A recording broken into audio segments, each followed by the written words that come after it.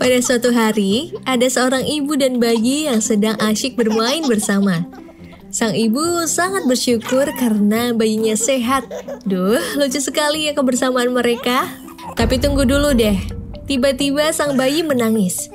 Ibu pun sontak kaget dan panik karena melihat bayinya menangis. Wah, kira-kira kenapa ya bayi tersebut menangis? Duh, anakku banyak bintik-bintik. Sedih banget deh. Sang ibu pada akhirnya membawa bayinya pergi ke dokter. Dan dokter mengatakan bahwa sang bayi mengalami cacar air. Kok aku baru tahu ya bayi bisa kena cacar air? Nah, Sobat Klik Dokter, pasti di antara kalian sudah mengenal penyakit cacar air.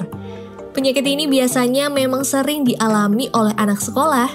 Tapi ternyata bayi juga bisa mengalami cacar air loh. Mindok akan jelaskan cacar air pada bayi mengenai ciri-ciri hingga cara mengatasinya. Ciri-ciri cacar air pada bayi. Ciri-ciri pertama, gejala cacar air pada bayi menyerupai flu seperti demam, pilek, nyeri tenggorokan, sakit kepala, serta merasa lemas, lesu, dan mudah lelah. Ciri selanjutnya adalah muncul bintik atau ruam. Bintik tersebut biasanya muncul 24-48 jam setelah gejala yang menyerupai flu. Umumnya, munculnya bintik diawali di sekitar dada dan perut atau punggung, kemudian merambat ke seluruh tubuh termasuk wajah. Awalnya bintik tersebut terlihat kemerahan biasa, tapi ternyata bintik tersebut lama-kelamaan akan menonjol dan membentuk lepuhan berisi air atau vesikel yang terasa gatal hingga akhirnya akan mengering. Tidak hanya di kulit saja, bintik ini juga dapat muncul di bagian dalam mulut loh. Hal ini dapat menyebabkan bayi bisa sulit menelan, sehingga tidak sedikit bayi yang menangis saat terkena cacar air. Sebenarnya, cacar air bisa dicegah dengan cara imunisasi varicella. Imunisasi ini dapat dilakukan sebanyak 1 kali untuk anak mulai usia 12-18 bulan. Tapi, kalau si kecil ada tanda terkena cacar air seperti ini, bagaimana dong ya? Eits, tenang. Mindok punya solusi buat para bunda. Karena cacar air sebenarnya dapat disembuhkan dengan perawatan di rumah loh. Berikut ini dia tipsnya.